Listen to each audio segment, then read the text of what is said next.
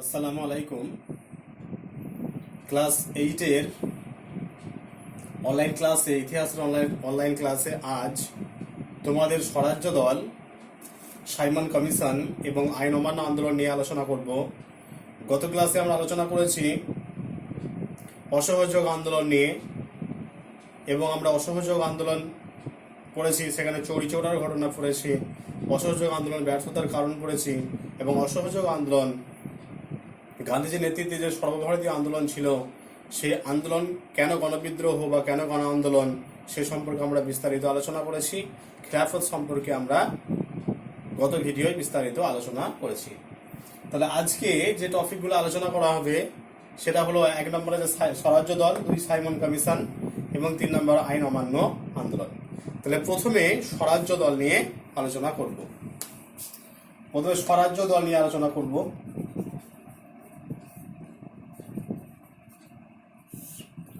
স্বরাজ্য দল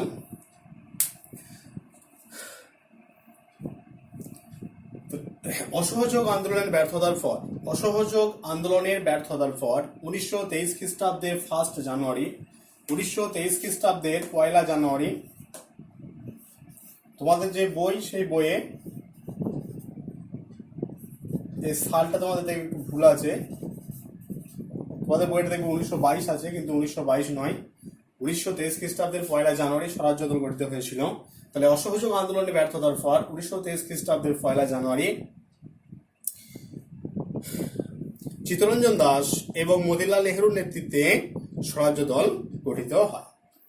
তাহলে মতিলাল নেহেরু এবং চিত্তরঞ্জন দাস এবং মতিলাল নেহেরুর নেতৃত্বে স্বরাজ্য দল গঠিত হয়েছিল। এই স্বরাজ্য দল গঠিত হয়েছিল অসহযোগ আন্দোলনের ব্যর্থতার পরে। যে সময় এই দলটা গঠিত হলো, ঠিক সেই সময় গান্ধীজি জেলে ছিলেন, এবং গান্ধীজি জেলে থাকাকালীন অবস্থায় জাতীয় কংগ্রেসের গয়া শহরে একটি অধিবেশন বসেছিল, এবং সেই অধিবেশনে সভাপতিত্ব করেছিলেন চিত্তরঞ্জন দাস। এবং এই চিত্তরঞ্জন দাসের নেতৃত্বে সেই সময় ভারতের যে রাজনীতি, সেই রাজনীতি একটি অন্য ধারায় প্রবাহিত হয়, বা সেই রাজনীতি একটা নতুন পর্বে প্রবাহিত হতে শুরু করে। দেশবন্ধু চিত্তরঞ্জন দাস তিনি চেয়েছিলেন যে আইনসভায় অংশগ্রহণ করে এবং ক্রমাগত বাধা সৃষ্টি করে আইন ব্যবস্থাকে, ব্রিটিশদের যে আইন ব্যবস্থা, সেই আইন ব্যবস্থাটাকে অচল করে দিতে, এবং খুব তাড়াতাড়ি ভারতবর্ষের যে স্বায়ত্ত শাসন, সেই স্বায়ত্ত শাসন আনতে।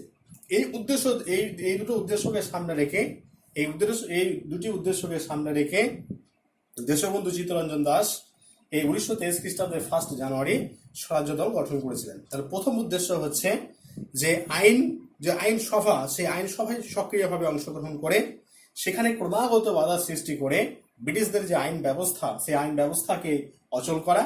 এটা হচ্ছে 1 নম্বর পয়েন্ট, এবং 2 নম্বর পয়েন্ট হলো স্বায়ত্ত শাসন অর্জন করা। এই দুটো উদ্দেশ্যকে সামনে রেখে ডক্টর দেশবন্ধু চিত্তরঞ্জন দাস তিনি এই স্বরাজ্য দল, চিত্তরঞ্জন দাস এবং মতিলাল নেহেরু এই স্বরাজ্য দল গঠন করেছিলেন।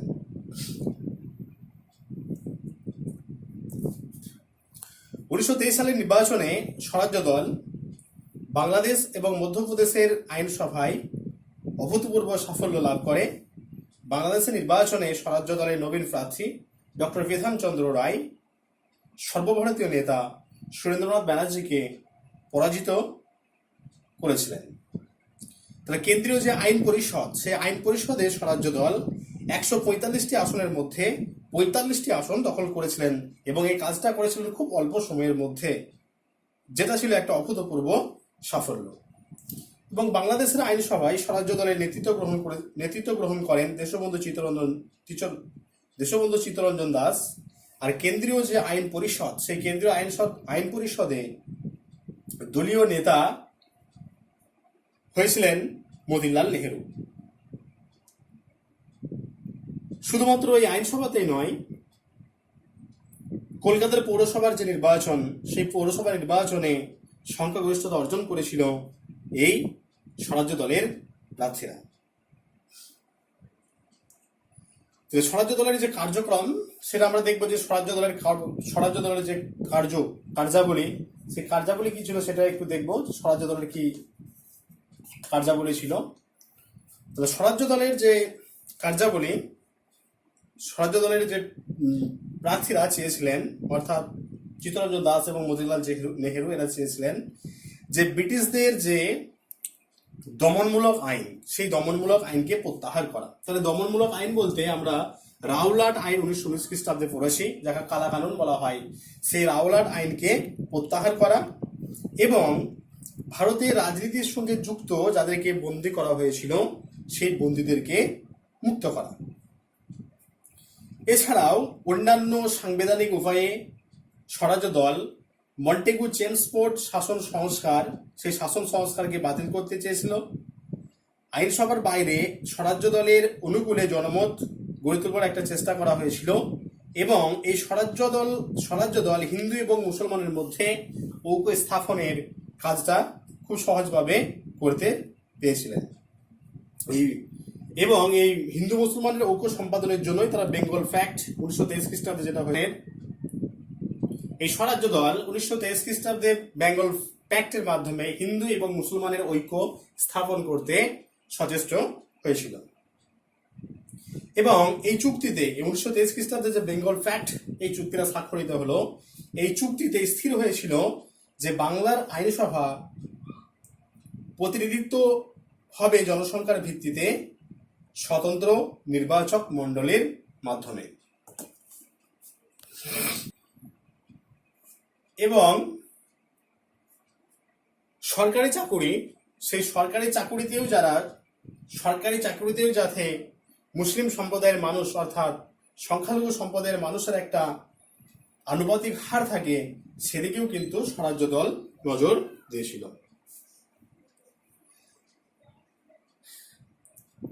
এইভাবে যখন স্বরাজ্য দল একটা গতিশীলতা অর্জন করেছিল, ঠিক সেই সময় 1925 খ্রিস্টাব্দে দেশবন্ধু চিত্তরঞ্জন দাসের মৃত্যু হলে এই স্বরাজ্য দলের যে কার্যকলাপ, সেই স্বরাজ্য দলের কার্যকলাপ একেবারে স্তব্ধ হয়ে যায়।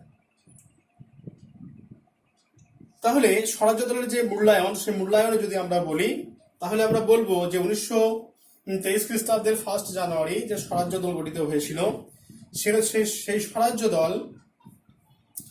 স্বরাজ্য দলের কর্মসূচিতে কৃষক, শ্রমিক, যে সমাজের যে স্বার্থ, সেই স্বার্থ কিন্তু প্রতিফলিত হয়নি। এবং এই স্বরাজ্য দল ছিল উচ্চ শ্রেণীর রাজনৈতিক দল এবং সর্বোপরি এই আন্দোলন কিন্তু গণ আন্দোলনে পরিণত হতে পারেনি।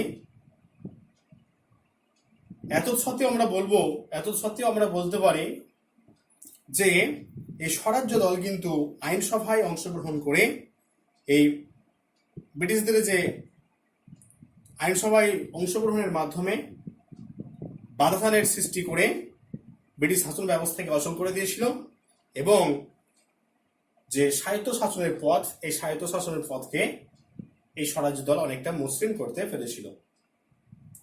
তাই আমরা বলবো যে এই স্বরাজ্য দল কিন্তু পুরোপুরি ব্যর্থ হয়নি।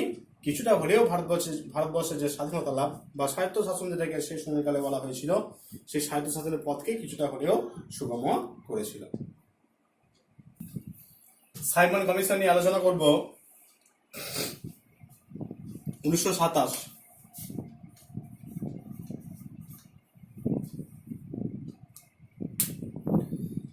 ভারতবর্ষে সর্বভারতীয় আন্দোলন, অসহযোগ আন্দোলন যখন স্থিমিত হয়ে পড়ল এবং স্বরাজ্য দলের যে কার্যক্রম, সেই স্বরাজ্য দলের কার্যক্রম যখন স্থিমিত হয়ে পড়ল, ঠিক সেই সময় ইংল্যান্ডের যে গোল্ডিভিল বৈঠকে ভারতবর্ষের রাজনৈতিক পরিস্থিতি বিশ্লেষণ করার জন্য একটি টিম গঠন করা হয়েছিল এবং যেই টিমের মেম্বার ছিলেন, প্রধান মেম্বার বা যার নেতৃত্বে টিমটি গঠিত হয়েছিল, তিনি ছিলেন sir John Simon. Sir John Simon ছাড়াও আরও 6 জন সদস্য ছিলেন এই টিমে। তাহলে এই মোট 7 জন সদস্য ভারতবর্ষের যে রাজনৈতিক পরিস্থিতি, সে রাজনৈতিক পরিস্থিতি বিশ্লেষণ করার জন্য 1927 খ্রিস্টাব্দে ভারতবর্ষে আসে। যেহেতু এই টিম সাইমনের নেতৃত্বে হয়েছিল, যেহেতু এই কমিশনটা সাইমনের নেতৃত্বে হয়েছিল, তাই তার নামানুসারে এই কমিশনকে বলা হয় সাইমন কমিশন। 1927 সালের 3 ফেব্রুয়ারি এই কমিশন বোম্বাই শহরে এসে পৌঁছায়। তাহলে বোম্বাই শহরে যখন এসে পৌঁছালো এই টিম বা এই কমিশন, সাইমন কমিশন, তখন বোম্বাই শহরে হরতাল পালিত হলো। কয়েক মাস পর আবার এই টিম তারা ভারতবর্ষের যে রাজনৈতিক পরিস্থিতি, সে রাজনৈতিক পরিস্থিতি পর্যবেক্ষণ করার জন্য আবার এলেন এবং 30 অক্টোবর কমিশন লাহোরে উপস্থিত হলে মদনমোহন মালব্য এবং লালা লাজপত রায়ের নেতৃত্বে সেখানে বিক্ষোভ প্রদর্শন করা হয়েছিল এবং এই বিক্ষোভ প্রদর্শনে পুলিশ লাঠিচালনা করলে লালা লাজপত রায়ের মৃত্যু হয়। তো লালা লাজপত রায়ের মৃত্যুকে উপেক্ষা করেও কিন্তু এই সাইমন কমিশন তারা রিপোর্ট তৈরি করেছিল এবং পরবর্তীকালে এই রিপোর্টের উপর ভিত্তি করে 1935 খ্রিস্টাব্দে ভারত শাসন আইন জারি করা হয়েছিল। তাহলে সাইমন কমিশনকে বলা হয় অল হোয়াইট কমিশন। একটা প্রশ্ন আসে যে সাইমন কমিশনকে কেন অল হোয়াইট কমিশন বলা হয় বা শ্বেতাঙ্গ কমিশন বলা হয়? অল হোয়াইট কমিশন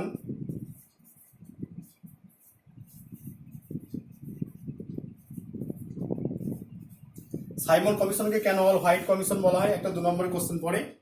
তাহলে যেহেতু সাইমন কমিশনের যে 7 জন সদস্য ছিলেন, এই 7 জন সদস্য কিন্তু 7 জন সদস্যের মধ্যেও একজনও কিন্তু ভারতীয় ছিলেন না, সকলে ছিলেন শ্বেতাঙ্গ। তাই এই কমিশনকে অল হোয়াইট কমিশন বলা হয়। আর ভারতীয়রা কেন গো ব্যাক সাইমন স্লোগান তুলেছিল? যেহেতু এই কমিশনের সকল সদস্য ছিলেন ইংরেজ, তাই ভারতবর্ষের যে রাজনৈতিক পরিস্থিতি, সেই রাজনৈতিক পরিস্থিতি বিশ্লেষণ করার মতো ক্ষমতা তাদের ছিল না এবং তাদের যে রিপোর্ট, সেই রিপোর্ট ব্রিটিশদের পক্ষে হবে সেটাই ছিল স্বাভাবিক। তাই ভারতীয়রা কি করেছিল? গো ব্যাক সাইমন বলে তারা প্রতিবাদ তুলেছিল, অর্থাৎ সাইমন ফিরে যাও এরকম ধ্বনি, এরকম তারা ভারতীয় এরকম আওয়াজ তুলেছিল সাইমন কমিশনের বিরুদ্ধে। যাই হোক, সাইমন কমিশন কিন্তু তাদের যে লক্ষ্য, সেই লক্ষ্য তারা পূরণ করেছিল এবং সেই লক্ষ্য পূরণের ভিত্তিতেই 1935 খ্রিস্টাব্দে যে ভারত শাসন আইন, সে 1935 খ্রিস্টাব্দে ভারত শাসন আইন পাস হয়েছিল এই সাইমন কমিশনের ভিত্তিতে। নেক্সট আমরা আলোচনা করব আইন অমান্য আন্দোলন নিয়ে। এরপর তোমাদের আইন অমান্য আন্দোলন নিয়ে আলোচনা করব। আইন অমান্য আন্দোলন। লাহোর কংগ্রেসের প্রস্তাব অনুযায়ী 1930 খ্রিস্টাব্দের 26শে জানুয়ারি 1930 খ্রিস্টাব্দের 26শে জানুয়ারি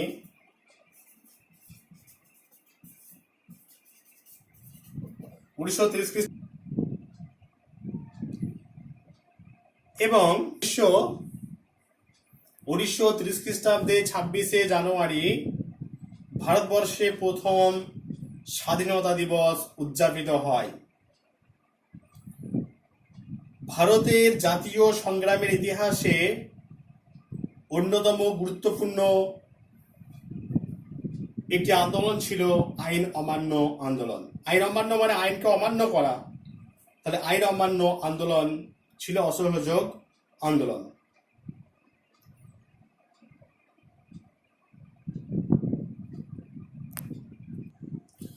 উনিশশো 30 খ্রিস্টাব্দের 12ই মার্চ আইন অমান্য আন্দোলনের সূচনা হয়। 12 মার্চ গান্ধীজি গুজরাটের সবরমতী আশ্রম থেকে 18 জন সত্যাগ্রহীকে নিয়ে তিনি যাত্রা শুরু করেন এবং গুজরাটের যে ডান্ডি, সেই ডান্ডির সমুদ্র উপকূলে তিনি 24 দিনে 241 মাইল পথ অতিক্রম করে গুজরাটের ডান্ডিতে পৌঁছান এবং সেখানে তিনি লবণ তৈরি করে এই আইন অমান্য আন্দোলনের তিনি সূচনা করেন। তাহলে 1930 খ্রিস্টাব্দে 12 মার্চ গান্ধীজি এই যাত্রা শুরু করেছিলেন আইন অমান্য আন্দোলনের জন্য এবং তিনি 24 দিন ব্যাপী পদব্রজে পায়ে হেঁটে তিনি গুজরাটের যে ডান্ডি, সে ডান্ডিতে যান 241 মাইল পথ অতিক্রম করে এবং সেখানে নিজের হাতে লবণ তৈরি করে তিনি আইন অমান্য আন্দোলনকে শুরু করেন।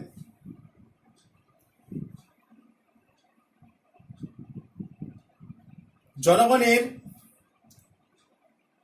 স্বদেশ প্রেম বিকাশের জন্য 6 থেকে 13 এপ্রিল জাতীয় সপ্তাহ পালনের সিদ্ধান্ত নেওয়া হয়। 6 থেকে 13 এপ্রিল, যেহেতু 13 এপ্রিল জালিয়ানওয়ালাবাগের হত্যাকাণ্ড হয়েছিল, তাই জালিয়ানওয়ালাবাগের হত্যাকাণ্ডে যারা নিহত হয়েছিলেন, মারা গিয়েছিলেন, তাদের স্মৃতির উদ্দেশ্যে 6 থেকে 13 এপ্রিল জাতীয় সপ্তাহ পালন করা হয়েছিল। ভারতের নানা স্থানে আইন অমান্যের কাজ শুরু হয়েছিল। আন্দোলনের সমর্থনে করাচি, পাটনা, পেশোয়ার, সোলাপুর, মাদ্রাজ ও কলকাতায় বড় বড় গণসমাবেশ অনুষ্ঠিত হয়েছিল। বাংলাদেশের 24 পরগনা জেলার মহিষাবাথান, মেদিনীপুর জেলার কাঁথি মহকুমার কয়েকটি জায়গায় ব্যাপকভাবে আন্দোলন শুরু হয়েছিল। তো যে সকল জায়গাতে লবণ তৈরি সম্ভব ছিল না, সেখানে নিষিদ্ধ রাজনৈতিক পুস্তক বিক্রয়, 144 ধারা ভঙ্গ প্রভৃতির সাহায্যে 144 ধারা ভঙ্গ করার চেষ্টা, বিলাতি দ্রব্য বা আবগারি, যেগুলো মদের দোকান, সেই মদের দোকানে পিকেটিং করা, এই সমস্ত মাধ্যমে এই আইন অমান্য আন্দোলন শুরু হয়েছিল। তাহলে যখন এরকম একটা পরিস্থিতি হলো, তখন ইংরেজ সরকারও কিন্তু চুপ করে বসেছিল না, তারাও দমন নীতি শুরু করেছিল। তাহলে আন্দোলন আরম্ভ হবার 3 সপ্তাহের মধ্যে সরকার প্রতি আক্রমণ শুরু করেছিল এবং তারা ফ্রেশ অর্ডিন্যান্সের বলে তাদের যে কণ্ঠরোধ, সেই কণ্ঠরোধ করা হয়েছিল লবণ সত্যাগ্রহীদের। এবং জাতীয় কংগ্রেসকে তারা বেআইনি বলে ঘোষণা করে। কলকাতা জাতীয় কংগ্রেসকে বেআইনি বলে ঘোষণা করা হয় এবং রাজনৈতিক সভা সমিতি সেগুলো নিষিদ্ধ করা হয়। কলকাতা, বোম্বাই এবং বাংলার মেদিনীপুর জেলায় পুলিশ নৃশংসভাবে সত্যাগ্রহীদের ওপরে লাঠি এবং গুলি বর্ষণ করে। এর ফলে হাজার হাজার সত্যাগ্রহী তারা গ্রেফতার হয়। জওহরলাল নেহেরু, সর্দার বল্লভভাই প্যাটেল, সরোজিনী নাইডু, আবুল কালাম আজাদ, আব্বাস তয়েবজি প্রমুখ যারা প্রথম সারির নেতা ছিলেন, তারা কারারুদ্ধ হন।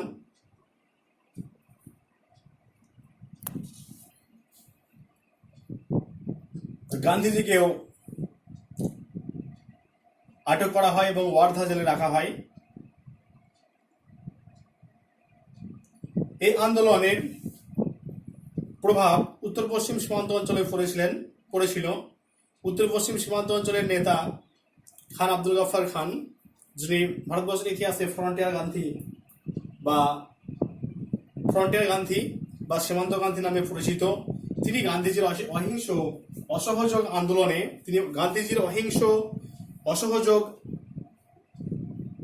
অহিংস সত্যাগ্রহ যে আন্দোলন, সে অহিংস সত্যাগ্রহ আন্দোলনের পূজারী ছিলেন এবং এর ফলে তিনি ওই এলাকায় ব্যাপক আইন অমান্য আন্দোলন গড়ে তোলেন।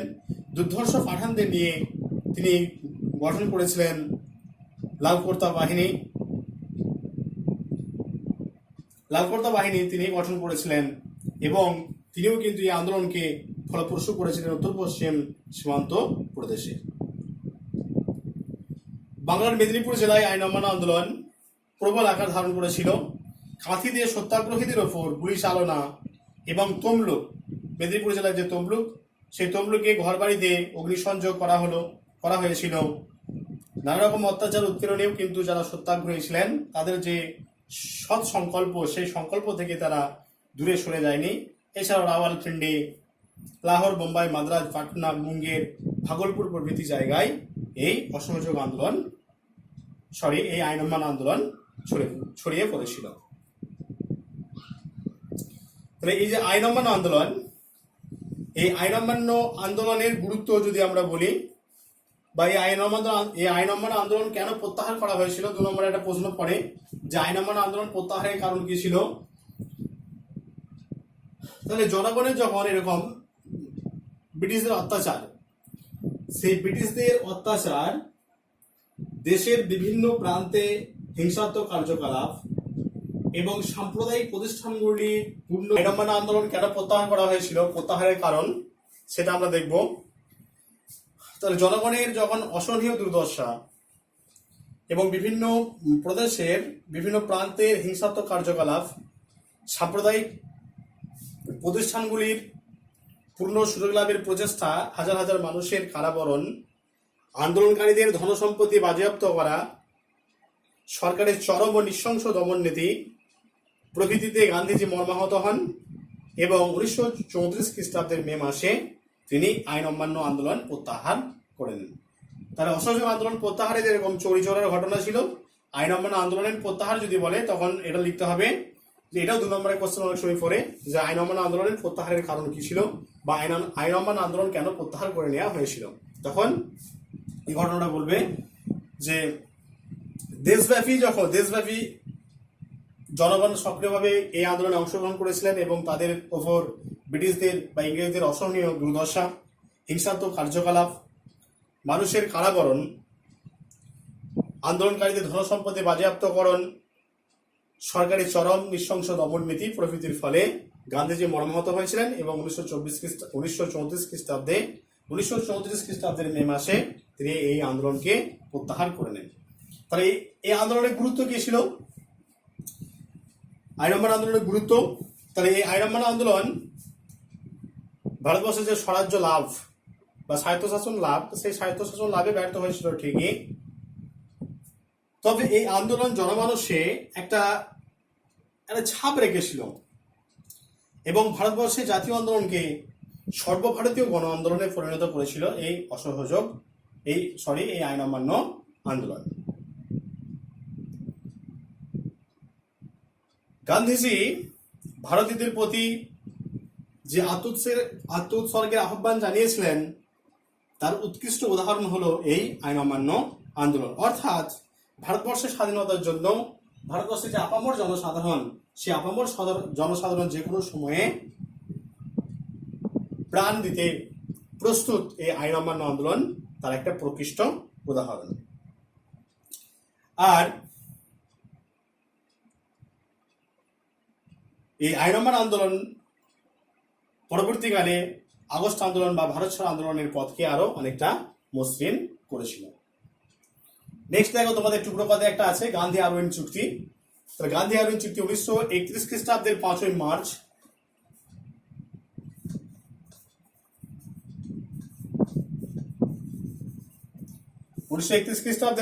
মার্চ লর্ড আরউইন এবং গান্ধীজির মধ্যে এই চুক্তিটি স্বাক্ষর হয়েছিল বলে তাদের নামানুসারে এই চুক্তি গান্ধী আরউইন চুক্তি নামে পরিচিত।